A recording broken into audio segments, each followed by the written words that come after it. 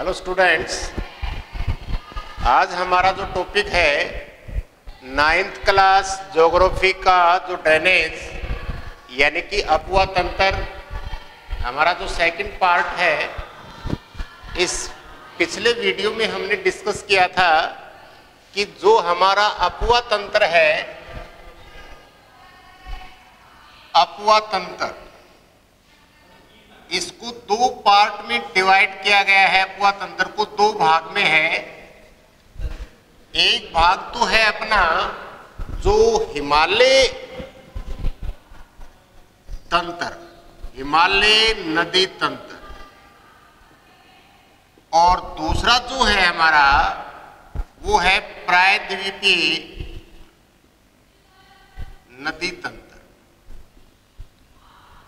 तो पिछले टॉपिक में हमने हिमालय नदी तंत्र यानी सिंधु, गंगा और ब्रह्मपुत्र के बारे में डिस्कस किया था कि जब अलग अलग छोटी छोटी जलधाराएं एक मुख्य नदी में आकर के मिल जाती है, वो मुख्य नदी द्रोणी कहलाती है, और फिर वो एक विशाल जल राशि को लेकर के किसी सागर या महासागर में मिल जाती है। तो पिछले वीडियो में हमने ये देखा कि जो हमारा गंगा, ब्रह्मपुत्र और जो इंडस रिवर है, ये कहाँ से ओरिजिनेट होती हैं, इनकी सहायक नदियाँ कौन कौन सी हैं और ये कहाँ जाकर के गिर जाती हैं।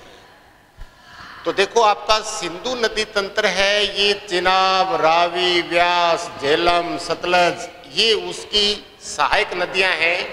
पाकिस्तान के मिठनकोट में जाकर के ये मिलती हैं और अरब सागर में, अरबियन सी के अंदर आकर के ये गिर जाती हैं। दूसरा जो नदी तंत्र हमने पढ़ा कि भाई जो अपना ब्रह्मपुत्र नदी तंत्र है, ब्रह्मपुत्र जो है वो तिब्बत के प्लेटू से निकलती है।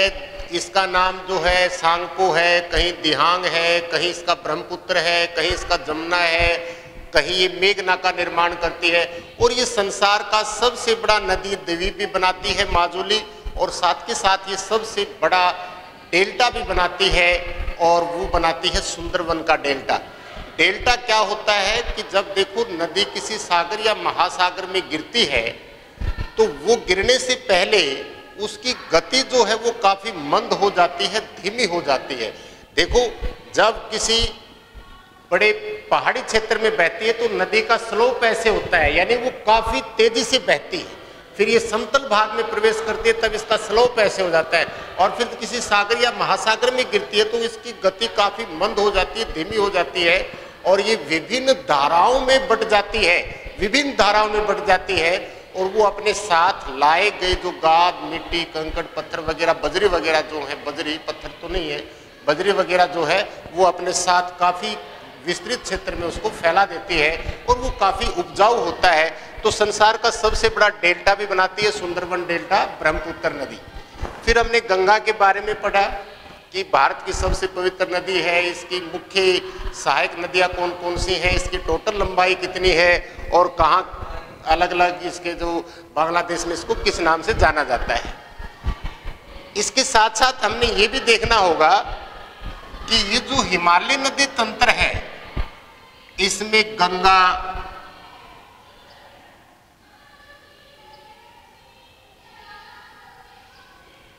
ब्रह्मपुत्र, सिंधु, रावी, व्यास, सतलज, झेलम, चिनाब, कोसी, घाघरा, गंडक, ये सभी नदियां जो हैं वो ये हिमालय से निकलती हैं। इन नदियों को, ये जो नदियां हैं, इन नदियों को जो कहा गया है सदा नीरा, यानी कि सदा नीरा का मतलब है कि ये हमेशा जल से भरी रहती है। इसके पीछे कारण क्या, देखो, वर्षा में तो इनको पानी मिलता ही मिलता है, वर्षा में तो पानी मिलता ही मिलता है, लेकिन साथ के साथ इनके जो स्रोत हैं गर्मी के दिनों में वो जो ग्लेशियर जो है वो पिघल करके इनको काफी मात्रा में जल मिलता है। तो ये सदा निरा है। आज हमारा जो टॉपिक है वो है प्रायद्वीपीय नदी तंत्र। मैंने आपको पिछले वीडियो में बताया था प्रायद्वीप क्या होता है।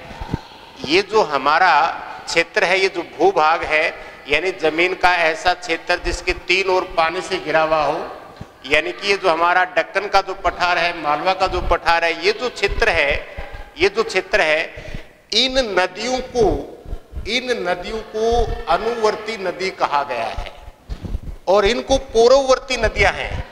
ये नदियां जो हैं वो पूर्ववर्ती नदियां हैं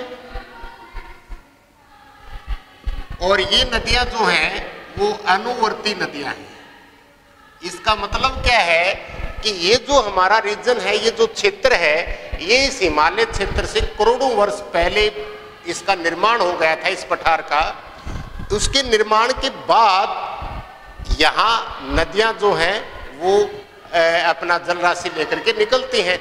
लेकिन हिमालय का तो निर्माण अब भी हो रहा है, हिमालय का निर्माण अब भी हो रहा है। तो ये इसलिए हम इनको कहेंगे पूर्ववर्ती नदियां और इनको कहेंगे अनुवर्ती नदियां। इन नदियों का जो सोर्स है, इनका जो स्रोत है, इन नदियों का जो स्रोत है वो है ग्लेशियर, यानी कि हिमखंड। और इन नदियों का जो स्रोत है वो है झील। तो ये जो स्रोत है, क्योंकि जो भूमिगत जल जो होता है वो गर्मी के दिनों में उसका स्तर जो है वो काफी नीचे चला जाता है। ग्लेशियर है नहीं, इनको पानी मिलता है वर्षा के दिनों में, यानी कि वर्ष भर इनको पानी नहीं मिलता। इसलिए इनको, इन सभी नदियों को मौसमी नदी कहा जाता है। तो प्रायद्वीपीय जो नदी तंत्र है, उस नदी तंत्र में निकलने वाली जो नदियां हैं उसमें है आपकी नर्मदा, ताप्ती, गोदावरी, कृष्णा, कावेरी, महानदी, साबरमती, माही,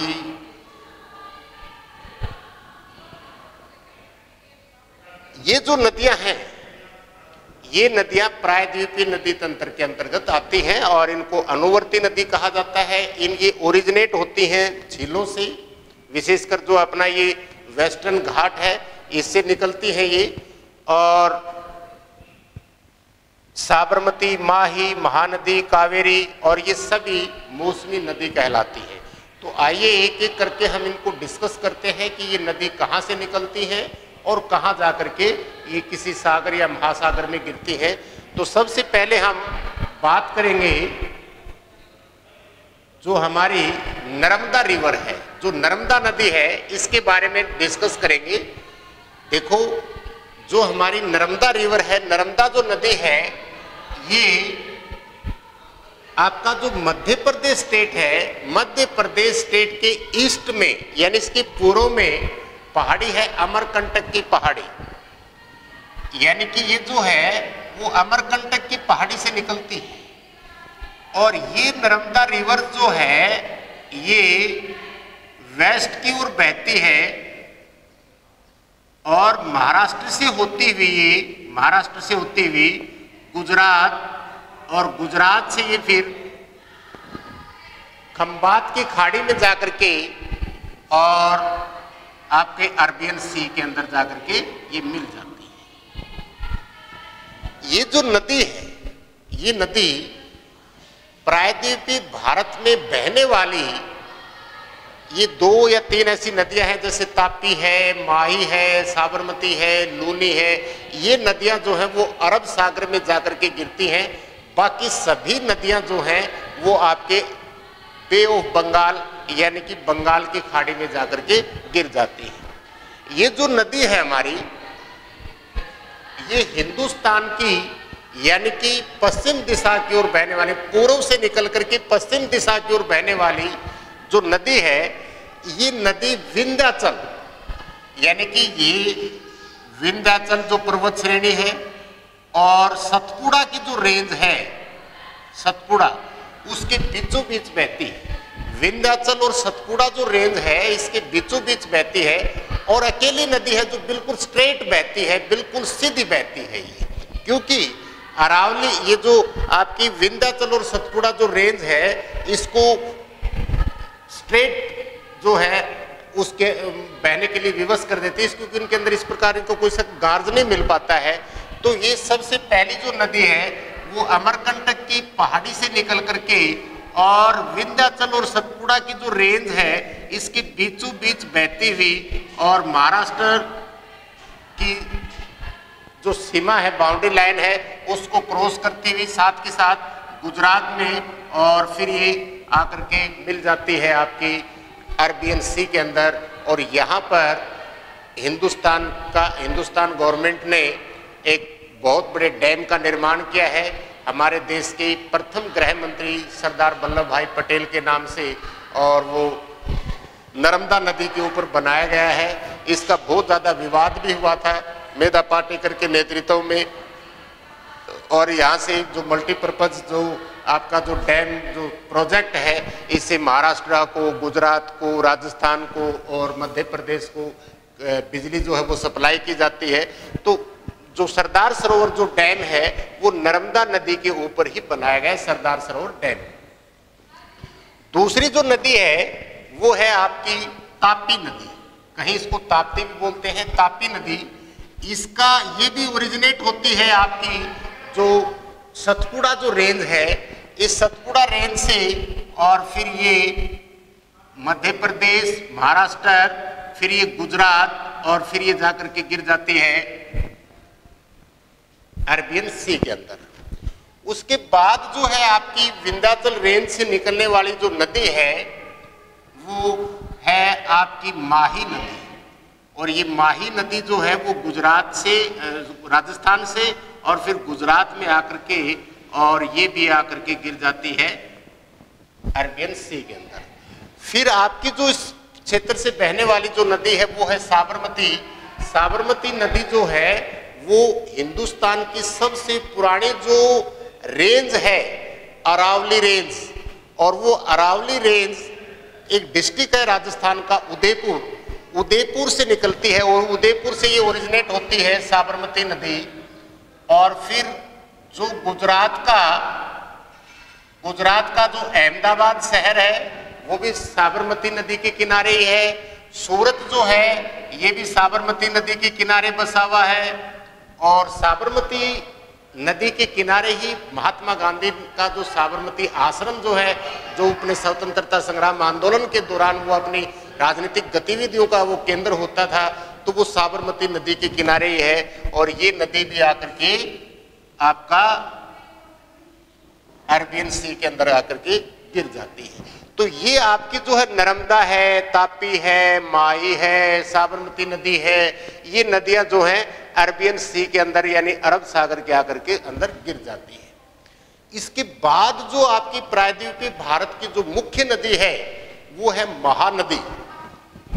ये महानदी जो है ये महानदी छत्तीसगढ़ के उच्च पठार से निकलती है, उच्च क्षेत्र से निकलती है छत्तीसगढ़ के, और फिर ये नॉर्थ साइड की ओर बहती है छत्तीसगढ़ से, और फिर नॉर्थ साइड से बहती हुई अब ये एंट्री करती है उड़ीसा के अंदर।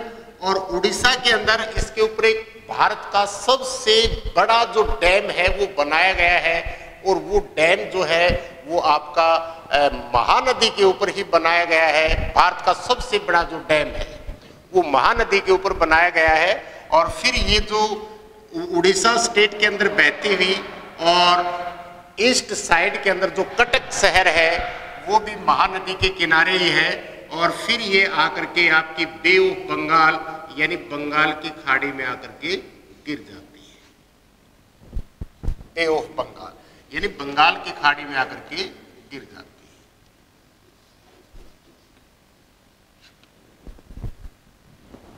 उसके बाद जो पेनिसुला रिवर में आता है, पेनिसुला रिवर जिसको दक्षिण की गंगा कहा जाता है, यानी कि सबसे लंबी जो नदी है प्रायद्वीपीय पठार के अंदर बहने वाली, प्रायद्वीपीय भारत के अंदर बहने वाली जो सबसे लंबी नदी है वो है आपकी गोदावरी, और गोदावरी नदी को दक्षिण की गंगा कहा जाता है।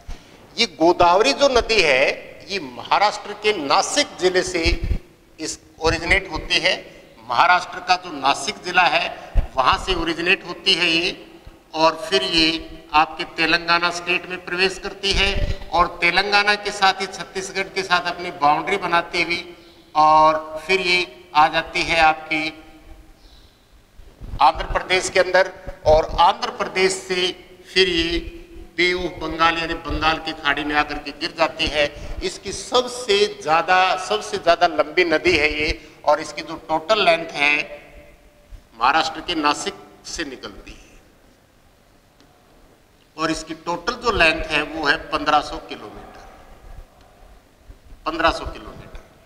इसके बाद जो सेकंड लार्जेस्ट जो रिवर है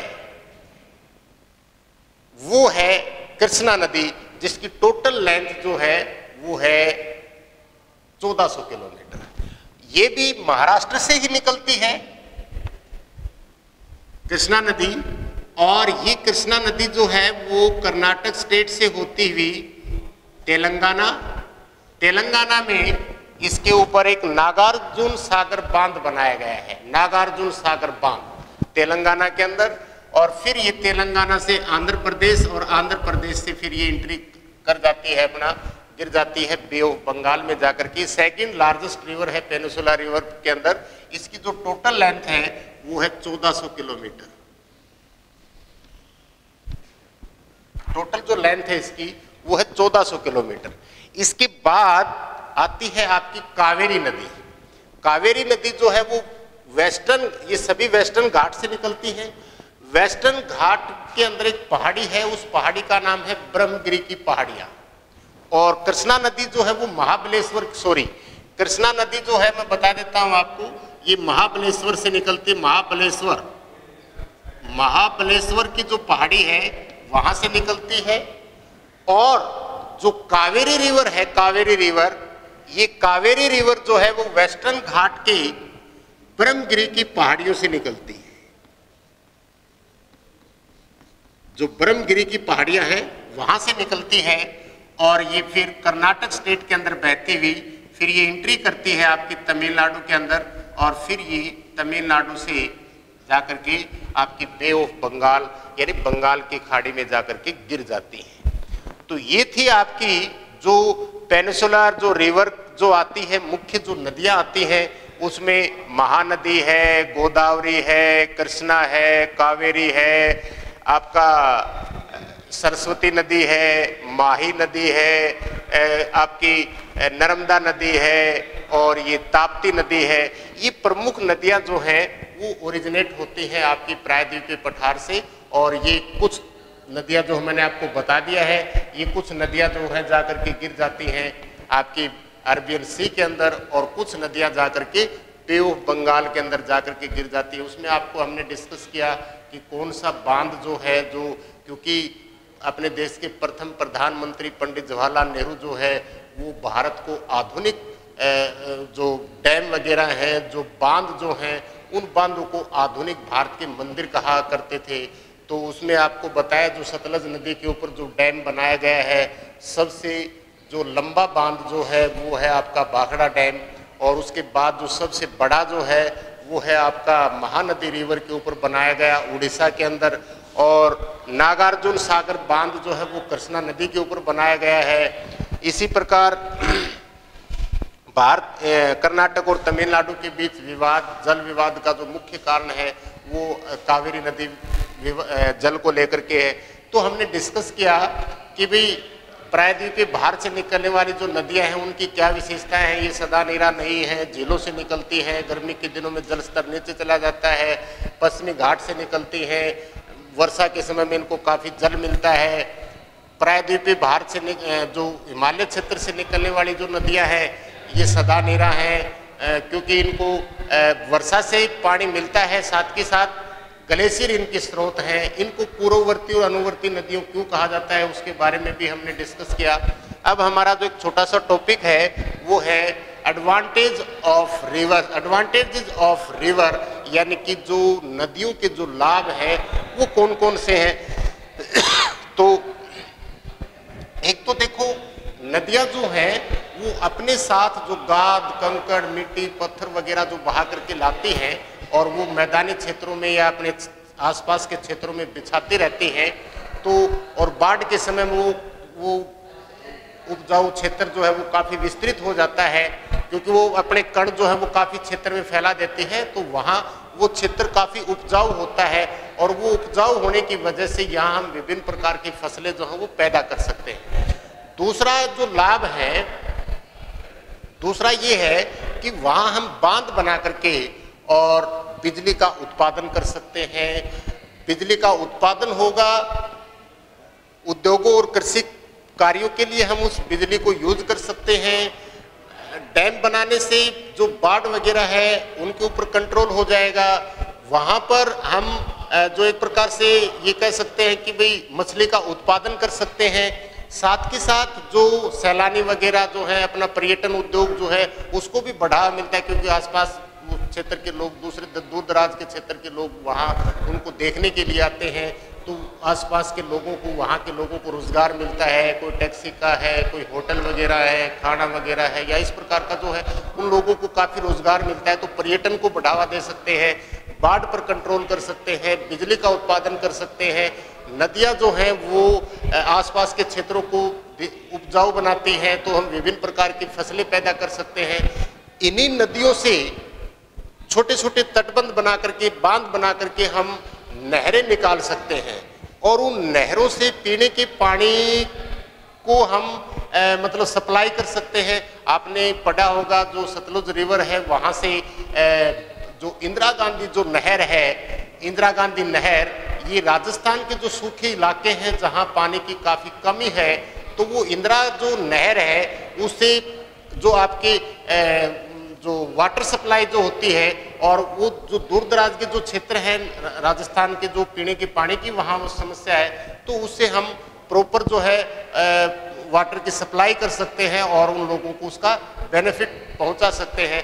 साथ के साथ नहरों से हम उनको अपने एग्रीकल्चर पर्पज़ के लिए भी उसको यूज़ कर सकते हैं। उस पानी को देखते हो आप अपने दक्षिण हरियाणा में या और दूसरे क्षेत्रों में जो नहरों का जो जाल बिछाया गया है, क्योंकि यहाँ समतल क्षेत्र नहीं है, जल स्तर भी काफ़ी नीचे चला गया है, तो यहाँ नहरें बना करके और एग्रीकल्चर पर्पज़ के लिए भी हम उसको यूज कर सकते हैं और विभिन्न प्रकार की फसलें जो हैं वो पैदा कर सकते हैं। तो नदियाँ जो हैं वो एक प्रकार से हम ये कह सकते हैं कि अपना एक जो इनको हम पवित्रता का दर्जा देते हैं, अपने पूर्वजों ने इसीलिए दिया था उनको इतनी पवित्रता का दर्जा कि ये हमारा पालन पोषण करती हैं, हमें काफ़ी मात्रा में जल मिलता है, खेती कार्य कर सकते हैं, अपने बड़े प्रोजेक्ट बना करके बिजली का उत्पादन कर सकते हैं, पर्यटन को बढ़ावा दे सकते हैं। तो इस प्रकार हम कह सकते हैं कि नदियाँ जो हैं वो हमारे जीवन का आधार है, हमें हमारा पालन पोषण भी करती है। तो इस प्रकार हम कह सकते हैं कि नदियाँ जो हैं वो उनके बहुत ज़्यादा लाभ हैं, या आप ये मत्स्य पालन को बढ़ावा मिल सकते हैं। इसके अंदर जो जलीय जीव जंतु हैं उनको भी काफ़ी संरक्षण मिलता है। तो ये इस पर जो आपकी पारिस्थितिकी जो तंत्र है उसके निर्माण में भी नदियों का मुख्य भूमिका है। तो ये हमारा जो चैप्टर था, भारत के अंदर जो अपवा तंत्र है वो दो प्रकार का था। एक था आपका अपवा तंत्र में हिमालय नदी और प्रायद्वीपीय नदी, और दोनों के बारे में हम डिस्कस कर चुके हैं। अगले वीडियो में हम डिस्कस करेंगे कि भारत का जो भौतिक स्वरूप है, उस भारत के भौतिक स्वरूप के बारे में पढ़ेंगे। भौगोलिक आधार पर भारत को कितने भागों में बांटा गया है, तटीय मैदान है, आपका जलोढ़ मैदान है, आपका पठार है, हिमालय क्षेत्र है, इनका निर्माण कैसे हुआ और ये कितने भागों में इसको बांटा गया, द्वीप क्या है। तो नेक्स्ट वीडियो में हम भारत का जो भौतिक स्वरूप है उसके बारे में डिस्कस करेंगे। धन्यवाद।